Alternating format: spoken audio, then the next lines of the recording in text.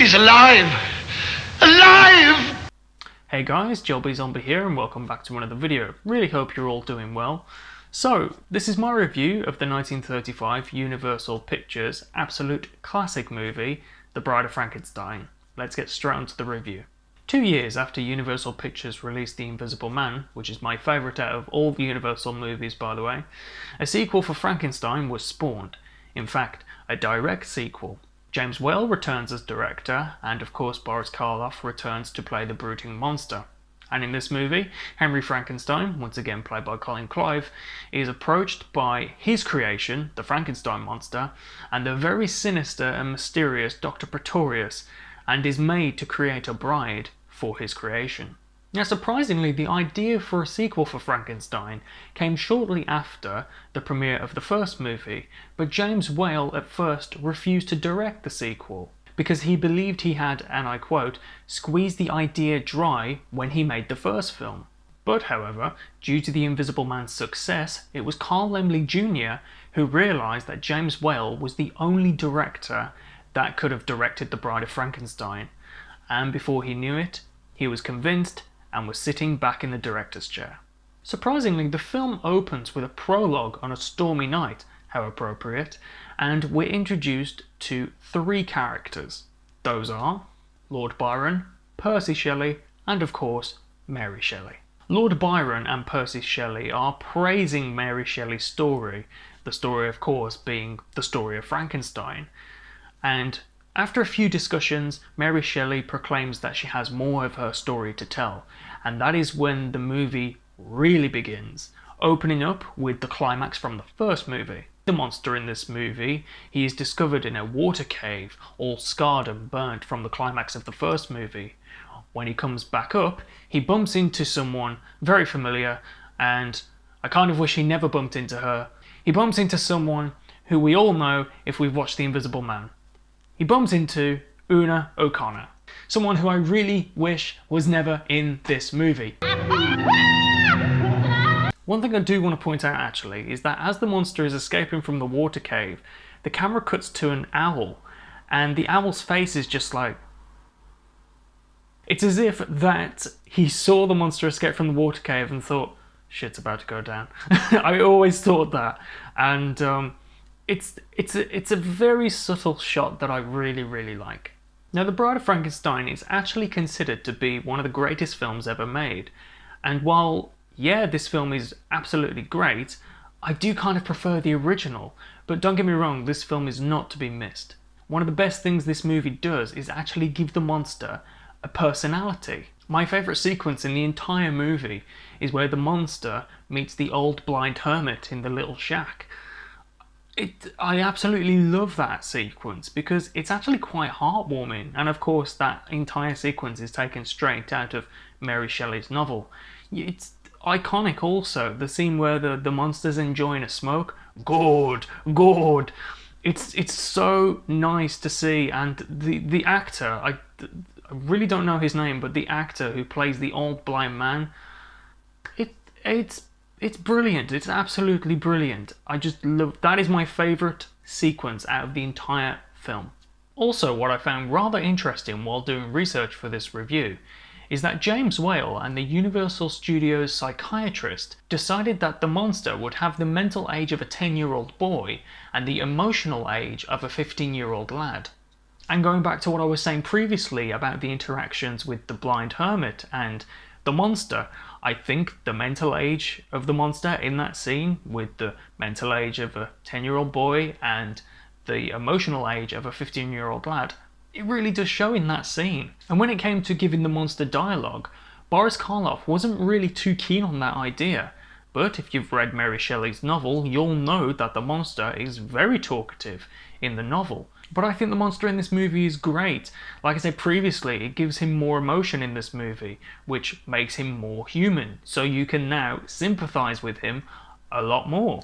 But moving on from the monster, Colin Clive, like I said at the beginning of this video, returns as Henry Frankenstein, and at this point in the film, his character is done with his creation, and instead he wants to make up lost time with his wife, who he feels he neglected.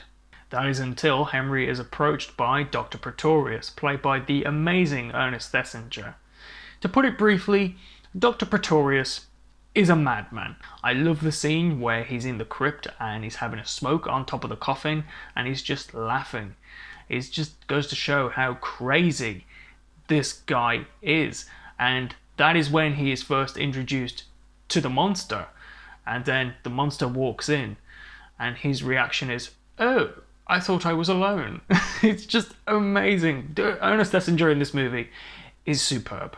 And I will say that I think Dr. Pretorius is actually more fascinating than Henry Frankenstein. There's just something about his character that just, he's one of those characters that just draws you in. You want to know more and more about him, but he's just so mysterious. Also, Henry actually created the monster. He created his creation. Dr. Pretorius grew his creation. He actually keeps his creations in little tiny jars, and they are all literally little tiny people with little tiny voices in little tiny jars. But much like The Invisible Man, I will say that the effects for these little tiny people are spectacular for a 1935 movie. Another returning actor, surprisingly, is Dwight Frye. At the time you may be thinking, hang on, he played Fritz in the first film, and he was killed by the monster. How can he return? Well, he's not playing Fritz. He's playing a character named Carl, who is another assistant. In fact, he's Pretorius's assistant. And what do you know? He's killed by the monster. But I'm not complaining, because it's always a delight to see Dwight Frye in a Universal Monsters picture. Now, of course, because the movie is called The Bride of Frankenstein, we need a bride for the monster. And the bride in this movie is played by Elsa Lanchester. Elsa Lanchester was seen at the very start of the movie portraying Mary Shelley herself. And there's a scene in the movie where she actually becomes the bride that really bugs me to this day. And let me tell you why.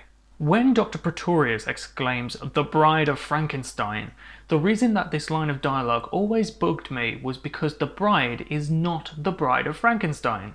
She is the bride of the monster. Shortly afterwards, the monster is introduced to his new bride, and it's pretty heartbreaking. The first thing he says to her is, Friend? From there, he attempts to get close. He takes her hand, and it's all about the reaction. As the monster leans in to get a bit closer, the bride screams, and at this point is taken away by Henry. And the monster, being obviously a little bit upset by this, I guess you could say, he replies with, She hates me, like others. Then the upset turns into anger. He trashes the lab and grabs a nearby lever. At this point, Frankenstein's fiancée is banging on the door, ordering to be let in. But at one point, Henry replies with, "I can't leave them, I can't."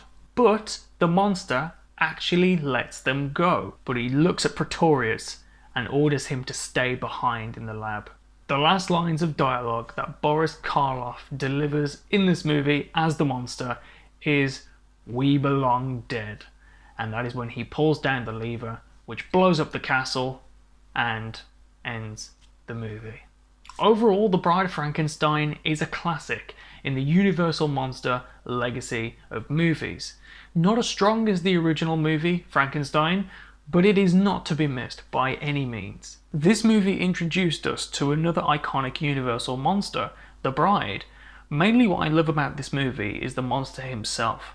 Karloff's emotions are brilliantly pulled off, and by the end of it, you can't help but feel sympathy for the monster. The real villain of the film is indeed Pretorius, and he definitely deserves to stay behind as the castle exploded. Sure, Frankenstein and The Bride of Frankenstein are not 100% faithful page-by-page adaptations of Mary Shelley's novel, but both of them rank as possibly the most iconic and well-known of the Universal monster movies. So guys, that's my review of The Bride of Frankenstein, released 1935. I really hope you enjoyed the review. The next review up is going to be a real howler. Oh my god, that was bad. It's The Wolfman, so I hope you can join me for that review. If you enjoyed this review, then don't forget to leave a big thumbs up. I'd really appreciate it. Also, put some comments in the comment section of what you thought of my review and of the movie itself. And finally, to stay notified about future content on this channel, why not click that notification bell down below. And on that note guys, I will see you in the next video, and as always, take care.